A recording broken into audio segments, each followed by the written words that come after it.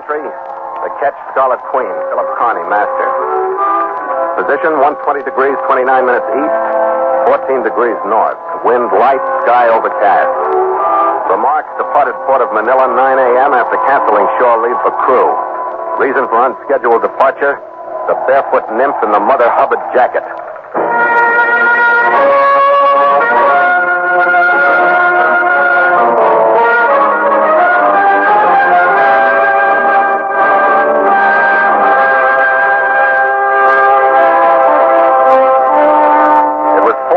Out of Huatao, China, that we raised the island of Luzon on the eastern horizon and stood in toward Manila. I swung the Scarlet Queen a little north of her course, and we passed close under the rocks of Corregidor. Every eye on our decks was turned toward the squat fortifications for a minute. By this time, they were covered with jungle growth again and were loudly silent, in the manner of monuments that hold the stories of men who made them monuments. Beyond the island, we could see the steaming mass of Bataan, and we swung back into Manila Bay.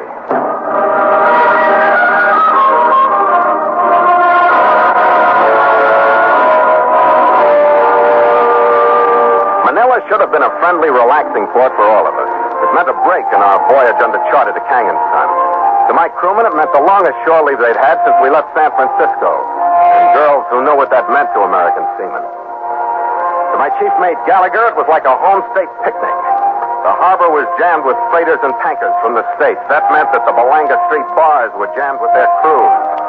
And that meant that Gallagher was jammed in with them, running into old friends and making new ones. Manila should have been a holiday. And it was, for 3 days and 2 nights. At 10 o'clock the third night, I was in the cabin alone, thumbing through the latest hydrographic bulletin I'd been able to find in town, when I heard somebody running down the dock toward the Queen.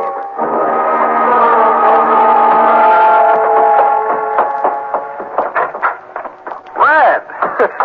What's the matter? Her husband show up? What's up, Red? Never mind. Come on, calm down. What's the automatic layoff? Was this Skipper? Come on, give it to me, Red. Get away from me, Skipper. You're off your nut. What happened? Who'd you kill, the president? I might if he gets in the way. Gallagher! With a wild-eyed mate and an automatic loose in Manila, there wasn't much time for the hydrographic bulletin. I closed it, locked my desk, and went out after him. And so Mutual continues The Voyage of the Scarlet Queen, written by Gil Dowd and Bob Tallman, and starring Elliott Lewis.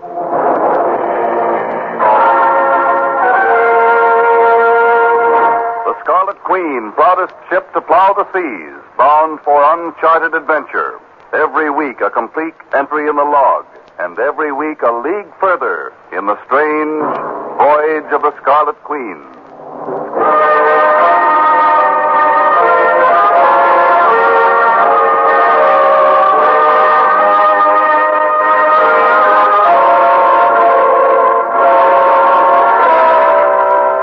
Gallagher is being pushed by temper or is in a hurry. He walks as though he's working up against the incline of a pitching deck in a storm. His body bends forward from a point almost as low as his feet. His shoulders pull up protectively on each side of his head, and his arms barely swing in short arcs. I followed him up to Butane Street, across the railroad tracks, through the park on Ambil and Dewey Boulevard, and to the left on Balanga. We passed 3 bars, and I could hear the 4th from a half a block away. The dimly lighted sign that hung outside said Victory Cabaret, but judging from the din of battle that poured out at us as we approached, somebody had been a little premature in naming it. The remaining activity was going on in the center of what was left of a large bar room. I lost Red for a minute, but then I found him in the center of the room. Hey, Red! I lost him again, then I saw him heading toward a door at the rear of the room. Red! Red, wait for me! Hey, what? Here we go. He stopped at another door halfway down a long, dimly lit hall by the time I caught up with him. He opened it. The room was furnished with a broken window, a woman who looked like Miss America, and a man who should have been in a morgue instead of sprawled on his face where he was. You frightened me. I didn't know who you were. What happened to him? did it. Somebody came in right after you left, and I tried to hide. Then the window broke, and I heard the shot. That's all it was. Who is he, Ray? Cliff Peterson. He sailed on me as bosun last year. Huh? What's the beef? It started over Lona here, but it wasn't her fault. She was here with Peterson, and this drunk started pouring her, and Peterson poked him. That's the way it started. Who was that guy, Lona? You know him? I met him, yes. His name's Mason Raff or something like that. I don't know him. I don't know why he picked on me. I don't know why he picked... I'm not sure he's the one that killed Peterson, but who else could it have been? He was wearing a gun. He started to pull it after Pete's foot. How'd you get mixed up in this, Red? Cause he pulled that gun. That's when I plugged him. And that's when he took a shot at me, and that's when I got sore. Yeah, okay.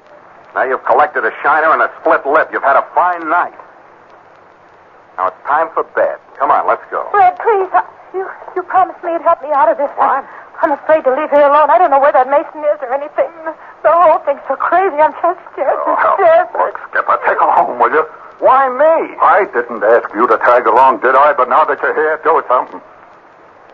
I want to stick with Pete till I can get word to his ship. I hope somebody's around to do the same thing for me sometime. At this rate, it won't be long. Thanks, Skipper. Well, you want to fight your way out through the bar, or would a nice broken-back window in a quiet alley do? It was easier getting out than it had been coming in. I slipped out first. I crunched onto the window glass on the ground. I waited quietly for a minute to see if the noise had raised anybody. I gave the alley a quick once-over. There was nobody in sight. But just as I started to turn back to the building, I caught a glitter of metal in the light from the window. It was a small nickel-plated revolver lying on the other side of the alley. Now, if the gunman had tossed it there, it was all right with me. I left it for the cops. Lona followed me out, and in 5 minutes we were in one of Manila's prized two-wheeled horse-drawn rigs, and we were headed for her address.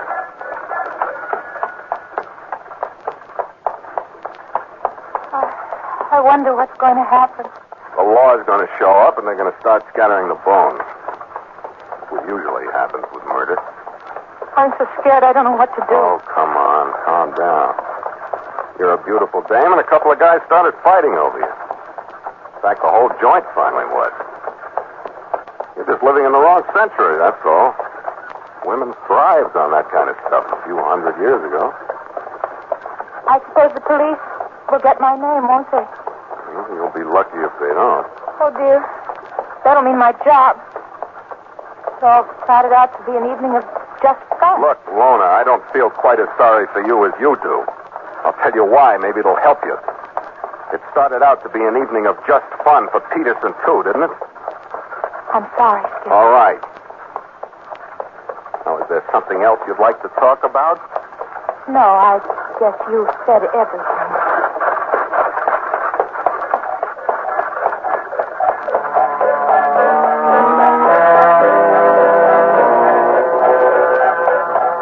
The trip was not comfortable, but it was silent. We swept across the Pasig River and turned down a wide thoroughfare that led in the general direction of the exclusive residential district under Tagate Bridge.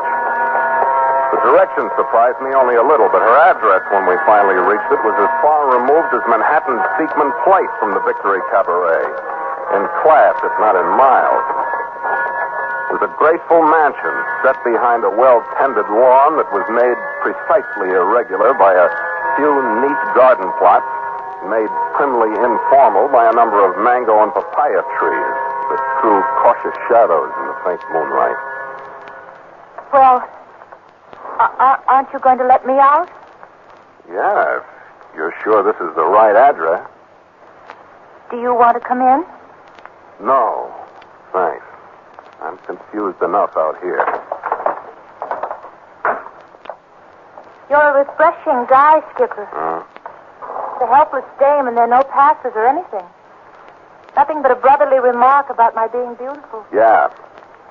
I'm always shy with women I take away from dead men.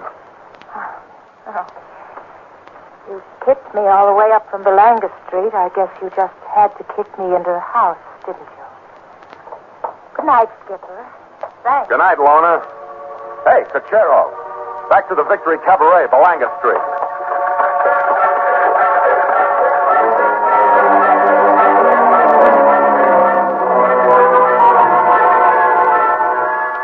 paid my Cachero off and headed into the Victory Cabaret.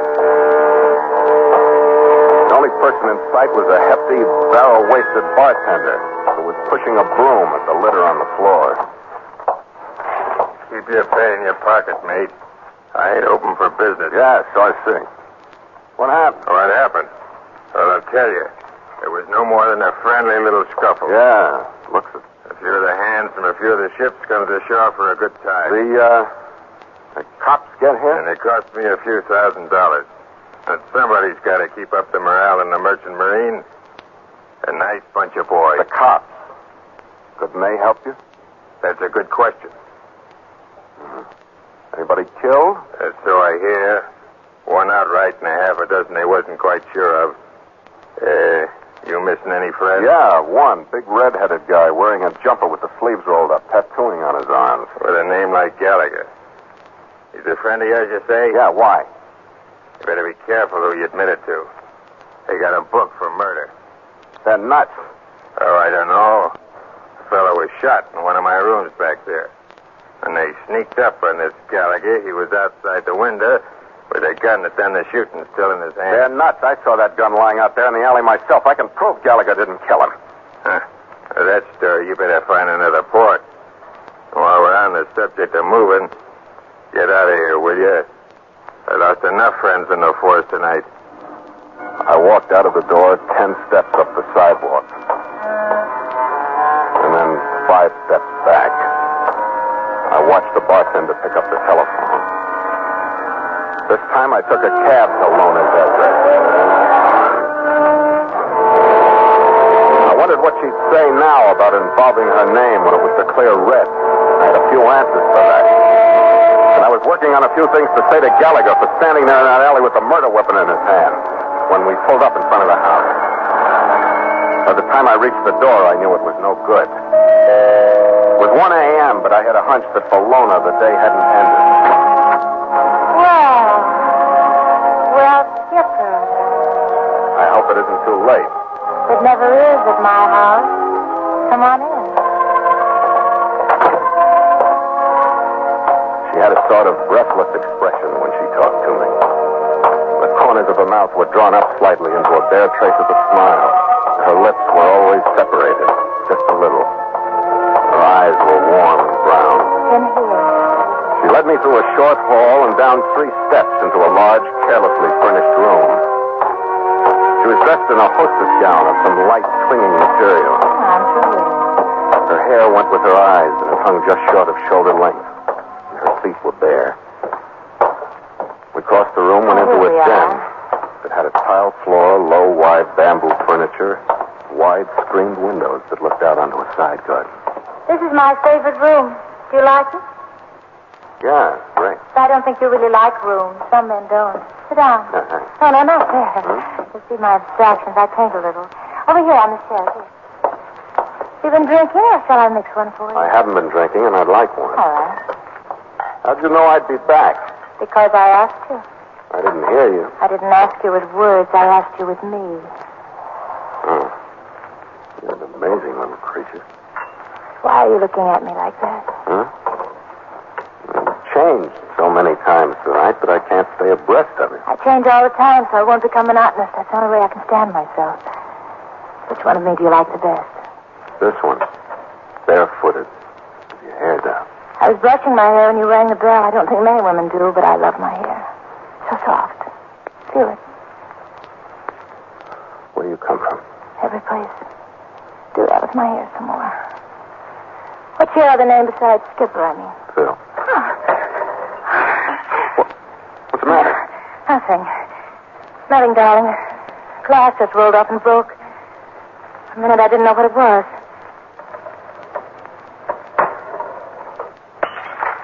Listen. That sound will be this night, even when I'm old. Your nice tanned face and your blue eyes and your strong hands. You think I'm beautiful, don't you? I think you're beautiful. Good to be with someone who thinks you're beautiful. Tell me. You're beautiful. Yes, I know. Darling. Phil, I'm so happy. It's so good to be beautiful with you.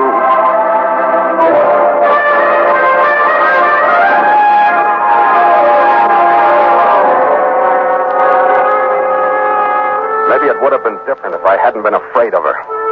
Or if I hadn't been convinced that everything she said or did had purpose. Or if I hadn't known that each of us was waiting for the other to bring up the subject of Gallagher's arrest. But there was no doubt about one thing. And it was hard to keep it from overshadowing anything else. As she repeatedly stated, as she loved to state, as she loved to hear me repeatedly state, she was beautiful.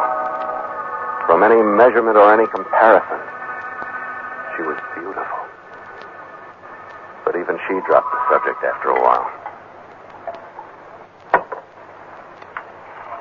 Make mine weaker than yours, will you, Phil? Let's put it the other way. I'll make mine stronger than yours. Makes you happier that way. I'm willing. Oh. Better get this glass off the deck unless you expect me to carry you around the rest of the night. How long are you going to be in Manila, Skipper? Oh, I don't know. I wish it was going to be for a long time. Yeah, it might be. Phil, listen to me. I've got to say this. You've got to know I mean it. Happens, but it never happened to me, and now I think it could. I could fall in love. Don't laugh at me. Don't joke. I'm not joking. For the first time in my life, I think it could happen. I'm sure you mean that as a great compliment.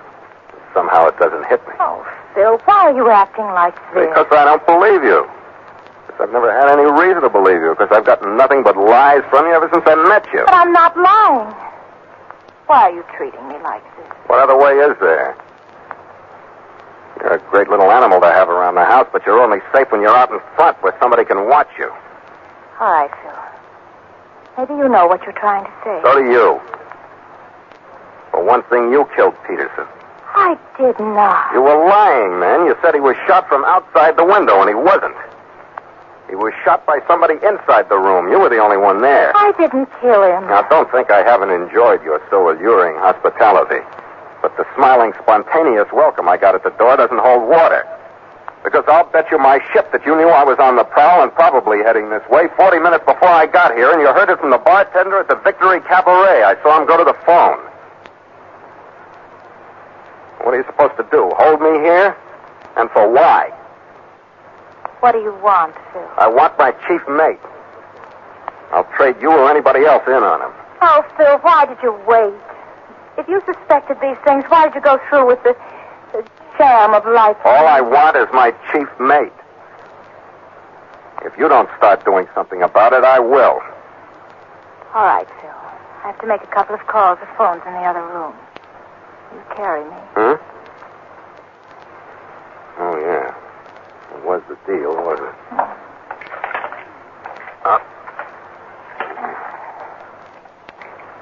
I wonder why it had to be this way, Phil.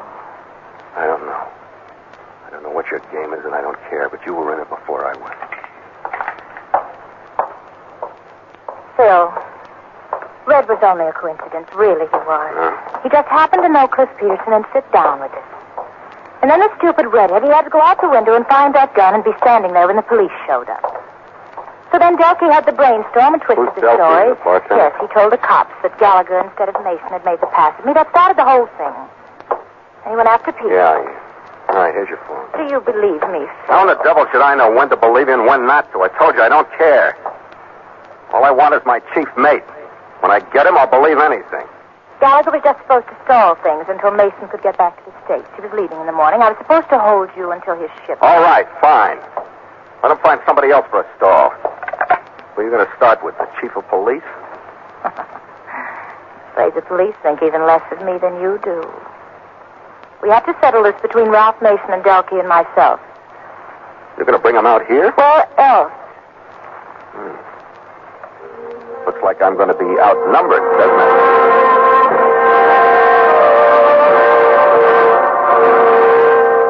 I stood by her when she made her calls, and as far as I could figure, they were straight. Just strong invitations to get to the house as quickly as possible. Then she made a typical exit into another part of the house, and I went back to the den. I thought the least I could do was to get rid of the jagged edges of our brief and hypocritical romance, so I got a bar towel and pushed the broken glass under the couch.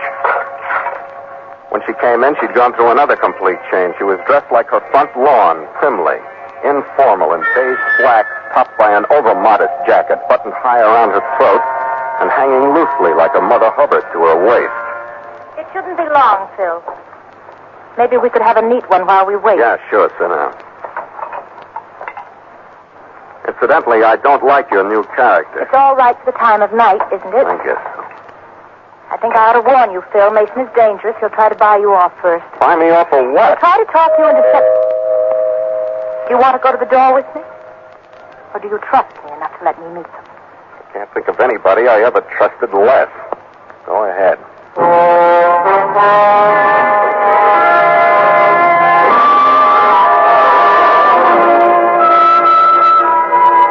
Captain Carney, this is Ralph Mason, and I believe you said that you'd met Mr. Delphi. Yeah. What's on your mind, Carney? My chief mate. I want him out of jail. I got enough on that mess in the Victory Cabaret to tell a pretty good story. It's a pretty good story the way it stands.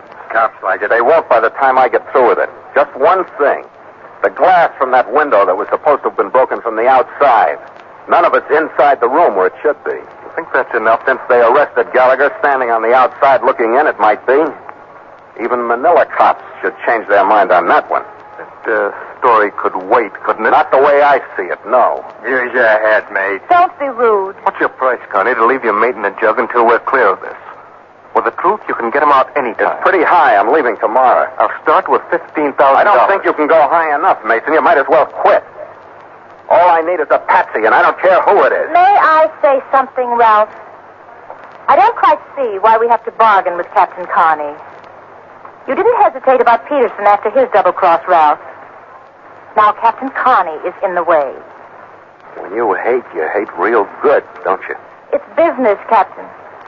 I used such bad judgment when I offered to let you join our little organization. You what? What are you talking about? Captain Carney has a ship that would fit into our inter-island work. So afraid I made a mistake. I explained the type of contraband that was coming in from the States, the prices we were getting for it, and how there were opportunities for a man like him. I'm so sorry. He led me to believe that he was interested. You're a sucker for men, Lorna. You found Peterson, too. That cost us $30,000 worth of stateside liquor and 3 months to get it over here. Peterson stole it on his own. Not quite on his own, Ralph. He didn't have any contacts here. Who was in with him? Well, I was his very best friend in Manila. Why, you dirty... Mason shoved his chair out of the way behind him as he got up and started reaching inside his coat for a shoulder holster. That's when the Mother Hubbard jacket lifted a little on the right side and Lona's manicured hand pulled a belly gun from the waistband of her slack. Spoke twice, quickly and effectively, and Mason stiffened, and his right hand stopped an inch away from his gun butt, and he toppled slowly backward across his overturned chair. Delphi, don't ask one question. I have this all worked out. But, Lona... You can solve the murder in your cabaret. You take Mason down to the police. Tell them the story of how the glass is on the wrong side of the window. You tell them you captured Mason single-handed and you'll gain a whole lot of new customers. Well, they believe me, Lona. It's the truth, isn't it? And here's the gun you captured him with to prove it. Now get him out of here. Good heavens. Look at that floor.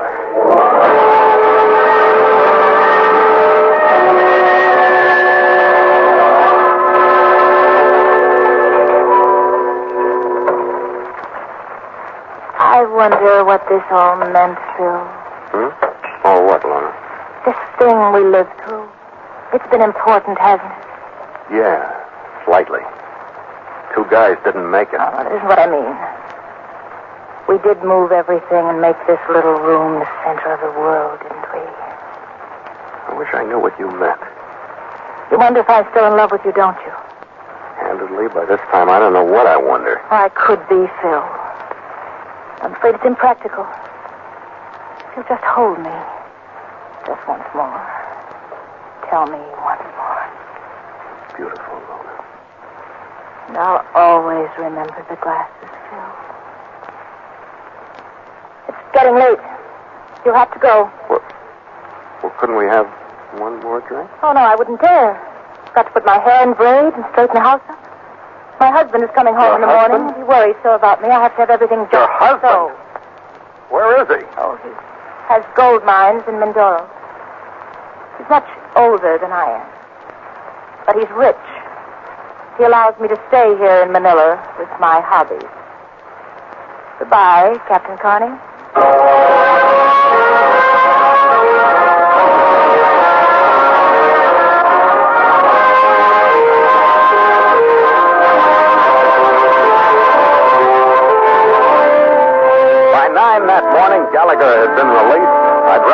rest of my men, and we slipped away from our berth and headed out through Manila Bay. We picked up a moist, hot wind at the mouth. Stand by to make sail!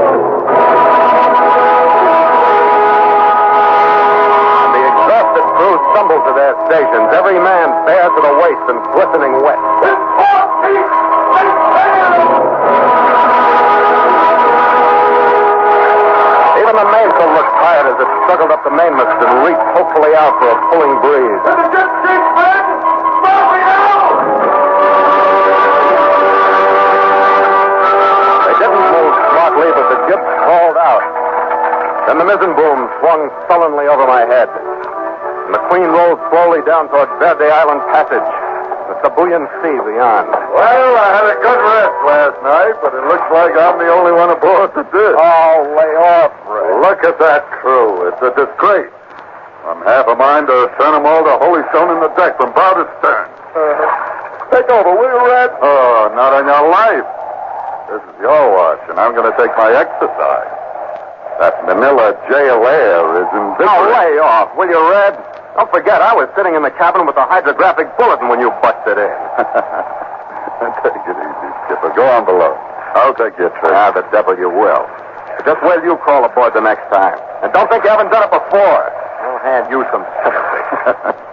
What are my chances in the next port? Fair, and I'll be waiting for you. It's Masbate. Masbate. What do you know about that jail? Nothing. And before I take a nap, Huh? what is your outstanding recollection of the capital of the Philippines? Some broken glass I pushed under a bamboo couch.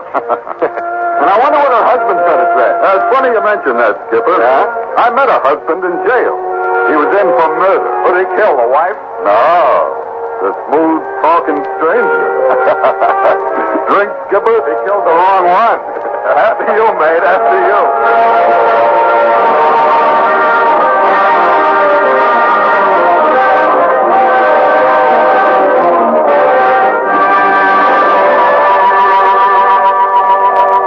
Log entry, the ketch Scarlet Queen, 5:30 p.m.